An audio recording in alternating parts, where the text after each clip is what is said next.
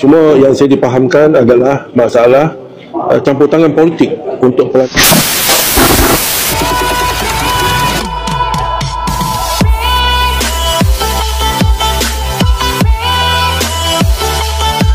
Assalamualaikum warahmatullahi wabarakatuh. Saya sekarang berada di Wisma Sri Tamadun yang telah diadakan satu meja bulat ataupun forum membincangkan isu berkaitan dengan pelantikan hakim-hakim yang turut dihadiri oleh Tun Mahathir, Tan Sri Muhyiddin, Tan Sri Rais dan Taqiyuddin Ketua WIP dan beberapa orang politik dan juga pengamal-pengamal undang-undang dan NGO-NGO. Dianjurkan oleh Sekretariat Pertahan Sistem Kehakiman. Saya dapat berapa banyak pendedahan yang telah dibuat oleh beberapa peguam dan juga pimpinan politik menjelaskan isu semasa. Cuma yang saya dipahamkan adalah masalah campur tangan politik untuk pelantikan ataupun apa hal berkaitan dengan kehakiman undang-undang negara yang dikatakan Perdana Menteri amat mencampur urusan sistem kehakiman negara kita. Sejauh mana kita tak berapa jelas campuran beliau. Cuma kita agak risau kerana beliau sedang menghadapi saman oleh dua pihak, satu daripada Tun Mahathir dan satu juga daripada Yusof Router. Isu yang agak penting, dan beliau juga telah memohon beberapa perkara di mahkamah dan permohonan beliau telah ditolak dan sedang merayu di mahkamah rayuan. Kita tidak mahu mana-mana atau orang politik yang berkuasa, terutamanya Perdana Menteri, ketika berkuasa beliau juga menghadapi kes-kes di mahkamah yang kita bimbangi boleh mempengaruhi keputusan kehakiman. Ini yang dibimbangi, apa yang telah dibincangkan tadi berkaitan dengan pelantikan hakim-hakim Mahkamah Tinggi ke hakim wilayah rayuan ke Mahkamah Persekutuan ke Hakim Besar Melaya ke macam-macam lah peringkat hakim yang dikatakan tidak mendapat sokongan daripada Perdana Menteri. Itu sejauh mana tak tahu, tadi dibentangkan. Cuma pada saya lah, apa pun kalau kata seorang Perdana Menteri tidak mengganggu ataupun mencampuri urusan undang-undang negara, institusi kehakiman, dan kita juga risau juga walaupun mempunyai Perdana Menteri yang tidak masuk campur telus bagi kebebasan kepada sistem kehakiman negara ataupun badan kehakiman, kemungkinan badan kehakiman juga ada masalah juga. Mereka mempunyai orang-orang yang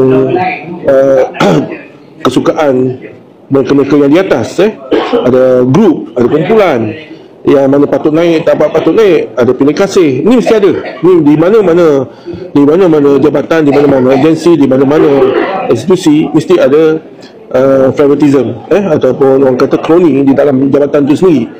Jadi kalau tidak ada Perdana Menteri yang baik, kalau berlaku yang tidak berapa bagus dalam sistem kehakiman undang-undang negara, kemungkinan Perdana Menteri pun masuk campur juga untuk membetulkan keadaan. Tapi yang kita bimbang, Perdana Menteri mengganggu keputusan hakim, mengganggu keputusan hakim yang tidak berpihak kepada beliau, tidak berpihak kepada kepentingan politik beliau, tidak berpihak kepada rakan-rakan beliau, mungkin tidak berpihak kepada rakan bisnes beliau ataupun orang tertentu. Ini yang kita bimbang. Jadi tadi membincangkan disebabkan beliau ada dua kes saman yang dia perlu hadapi di mahkamah, dinasihatkan supaya berehat sementara menunggu keputusan mahkamah. Maknanya ambil cuti panjang lah. Cuma dari segi perkasa lah, daripada perkasa kita lebih fokus pada kepentingan Melayu dan Islam. Yang kita merisaukan, jika kebebasan diberikan kepada mutlak kepada badan kehakiman, kita bimbang hakim-hakim yang diangkat menjawat jawatan-jawatan penting sebagai ketua hakim ataupun hakim-hakim di peringkat Mahkamah Tinggi, Mahkamah Rayuan, Mahkamah Persekutuan yang lebih kepada pahaman liberal, yang kita bimbang. Sebab sepanjang 2 tahun 3 tahun ni kebanyakan kes-kes membabitkan Islam, kita kalah. Kita banyak isu-isu berkaitan kalimah Allah, seperti Jill Island, dan juga isu Niki Putra, dan juga perempuan tu nama Ni Elin, dan isu berkaitan ni baru-baru ni yang isu ISIS semuanya tidak berpihak kepada kepentingan Islam. Ini kita bimbang. So kalau berlaku begini, kita tak boleh nak kita betulkan kalau kita tidak ada kuasa yang perlu dicampuri oleh pihak politik. Inilah delima yang berlaku pada kita. Apalagi jika kita lihat pelantikan Ketua Polis Negara, kita lihat ini betul-betul jelas campur tangan politik. Ini jelas. Sebab itu kita risau pelantikan ketua-ketua hakim ataupun hakim Mahkamah Melaya atau yang tengah untuk dilantik yang baru ataupun disambung kontrak masih lagi tergantung, dan kita lihat seperti ada cubaan masuk campur politik seperti mana berlaku dalam melantik Ketua Polis Negara. Ini kita bimbang.